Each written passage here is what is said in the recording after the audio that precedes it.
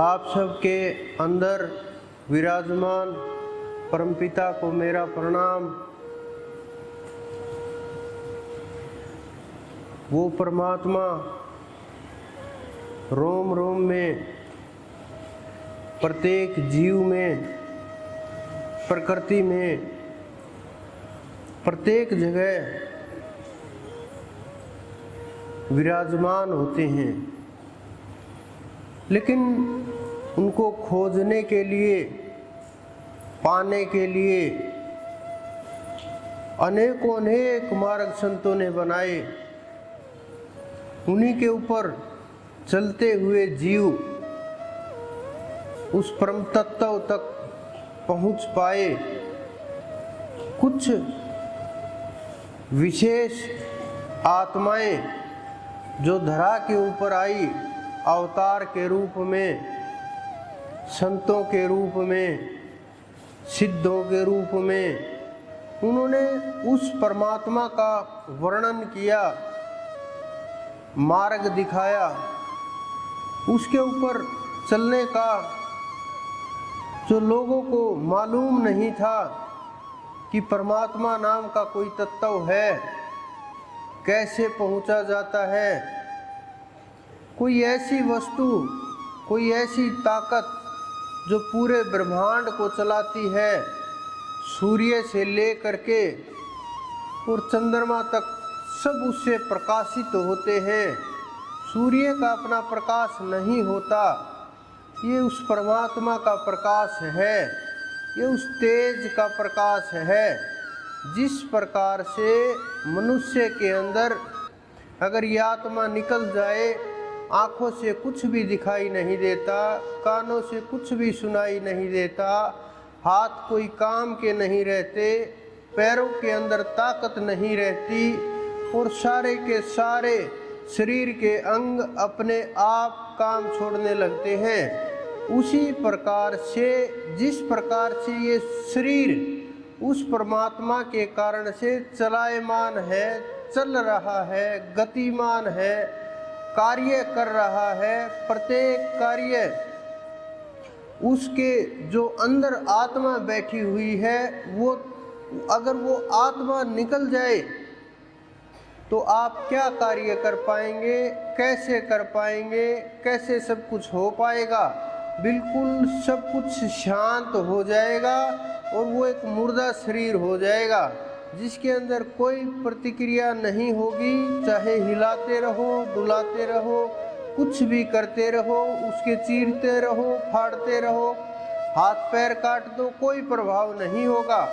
लेकिन जब तक वो आत्मा शरीर के अंदर है, उसके अंदर वो सांस चल रहा है, अगर आपको उसको छुओगे तो स्पर्श से पता चलेगा, गंध का भी पता चलेगा, अगर उसको पिन चुभोगे तो उसका भी पता चलेगा।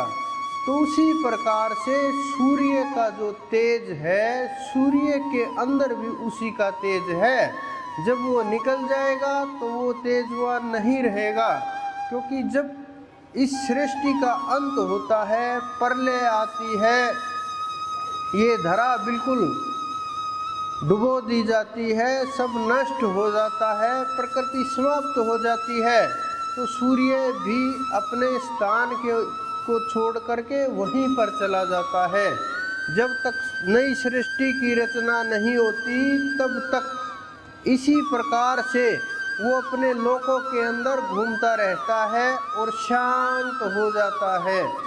क्योंकि इस संसार के अंदर, इस प्रकृति के अंदर, इस ब्रह्मांड के अंदर कोई भी जीव, कोई भी देवी देवता जिसके आपने नाम सुने, जिसके बारे में आपने सुना, जिसके बारे में आज तक आपने देखा, सब की सब वस्तुएं जब महाप्रलय का समय आता है सब नष्ट हो जाते हैं और वो आत्माएं घूमती रहती हैं, न्याय चक्र में चली जाती हैं। उसके दरबार के अंदर जहाँ न्याय का दरबार लगा होता है वहाँ पहुँच जाती हैं। और जब तक नई रचना नहीं होती तब तक वो आत्माएं शांत होती हैं या किसी क्योंकि दो प्रकार की प्रलय होती है। एक तो वो प्रलय होती है महाप्रलय, सबके सब ब्रह्मांड नष्ट हो गए, सबके सब ब्रह्मांडों को मिटा दिया जाता है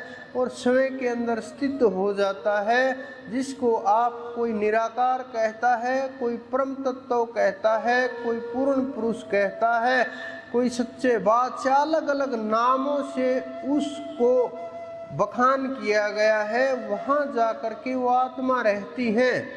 और एक वो होता है कि कुछ लोगों को नष्ट कर दिया जाए, कुछ लोग बचे रह जाए, कुछ लोगों के ऊपर प्रभाव करके उन्हें मिटा दिया जाए, कुछ लोग जो होते हैं वो रह जाते हैं, उनकी सृष्टियों की रचनाएं चलती रहती हैं। इसके अंदर उस परमात्मा को अनेक मजहबों को अपनी अपनी तरह से बखान किया गया है और अपनी अपनी तरह से उसको वर्णन किया गया है।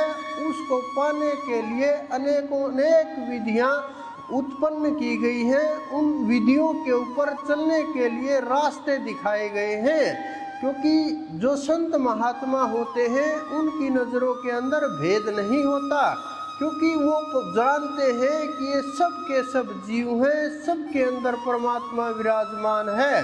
क्योंकि वो परमात्मा कभी ये नहीं देखता कि ये जीव कौन से धर्म का है, किस मजहब का है, उसकी नज़र में, क्योंकि वो पैदा सबको बराबर करता है, उसी प्रकार से संतों की नज़रें भी समान होती हैं।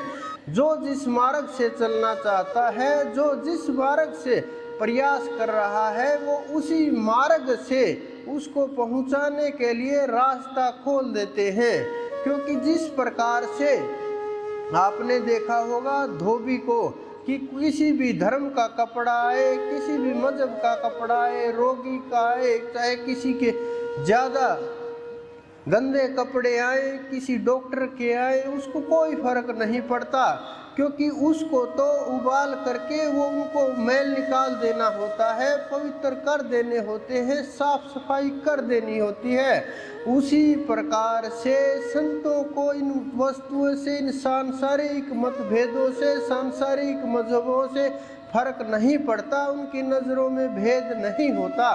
तो जो भी उनके पास पहुँचते हैं, कपड़ा कितना भी मैला हो, आत्मा के ऊपर कितना ही परत दर परत मैल चढ़ गया हो, वो उसी प्रकार से किसी न किसी विधि के द्वारा, तरीके के द्वारा उनको साफ करते रहते हैं, उन आत्माओं को पवित्र करते रहते हैं और उस परमात्मा के मार्ग के ऊपर चलाते रहते हैं। जो उनके मार्ग के ऊपर चलते हैं वो उस पूर्ण पुरुष परमेश्वर तक पहुंच जाते हैं।